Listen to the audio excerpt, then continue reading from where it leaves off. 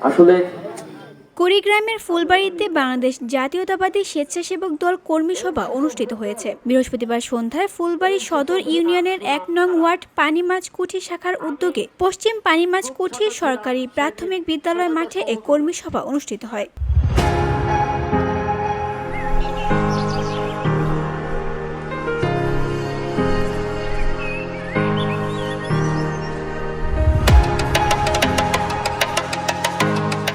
ফুলবাড়ী সদর ইউনিয়ন স্বেচ্ছাসেবক দলের সভাপতি জামাল উদ্দিনের সভাপতিত্বে ও সাদিকুর রহমানের সঞ্চালনায় কর্মী সভায় বক্তব্য রাখেন ফুলবাড়ী উপজেলা বিএনপির সাবেক সহসভাপতি জয়নাল আবেদীন বাবুল, উপজেলা ছাত্রদল ও যুবদলের সাবেক সফল সভাপতি শামসুজ্জামান হাসু, উপজেলা স্বেচ্ছাসেবক দলের আহ্বায়ক এইচ.এম. বাবুল, সাধারণ সম্পাদক মাহফুজুল হক সুমন, ফুলবাড়ী সদর ইউনিয়ন বিএনপির সাধারণ সম্পাদক মোজাম্মেল হক, জাতীয়তাবাদী সামাজিক ও সাংস্কৃতিক সংস্থা ফুলবাড়ী উপজেলা শাখার আহ্বায়ক নাজমুল হাসান সহ বিএনপির অন্যান্য অঙ্গ ও সহযোগী সংগঠনের নেতৃবৃন্দ।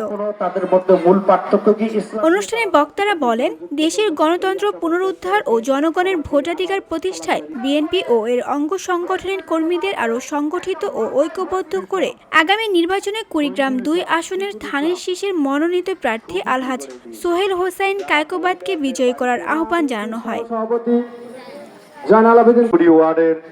ভিওরি বাংলা নিউজ ডেস্ক। আমাদের এতদিনে যে আমাদের আশা